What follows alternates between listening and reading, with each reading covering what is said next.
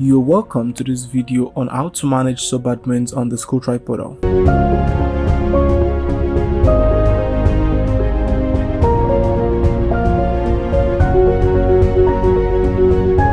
Remember, the first step you need to take is for you to enter your school domain URL, and according to that, in your sign up session, if you can't remember how you sign up, you could just check the first video on this channel and you're going to find how to sign up there. You entered a name which consists of your school name in lowercase. Now this is the purpose. When you check on this URL box here, you discover that the name of the school is dmsmodel.schooltry.com, right? Yes, now that is your domain name. Now here, once you just enter dmsmodel.schooltry.com/admin and /login with the email and the password you entered the last time.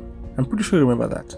Okay, now you've logged in. All you need to do is come to the upper left side and you check from dashboard, manage roles, and the third thing you're going to notice is manage subadmins. You click on manage subadmins, and what this actually does for you is that it creates a kind of list of subadmins on the portal, and this subadmin can only be added by the admin, as the name has said it all, subadmin. So that means you are a subordinate administrator. So you click on add subadmin here at the top right corner here. The top right, you can see this, it turns green for you, and now when it's there, you just pick on subadmin, and once you do that, it's going to open the next page for you. So let's do just that right now. So once you've clicked on subadmin, the next thing you're going to do is these first boxes, enter a name. Well, let us say, for example, we're going to write Isaac Doe, and the next thing is fill in the email address. The email address can actually go as this, and then down to the gender, we can say male, and then the phone number.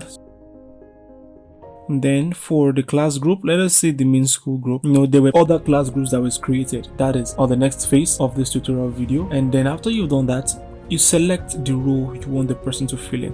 Let us say IT expert, and then the next thing you're gonna do is to put the person's image on the profile, which I think is quite easy and effortless. Let us use this. Now that is added, you click on save. Once you click on save, that is how you add a subadmin on the portal. Remember, only the admin can allocate a role to any subadmin. Alright, then it tells you that subadmin added successfully. So let us check out our subadmin, the one that was created. Can you see Isaac Doe, IT expert, male, and the phone number here? Okay, it's enabled, and that's it. So here is actually the end of this tutorial video, which is the fourth tutorial video.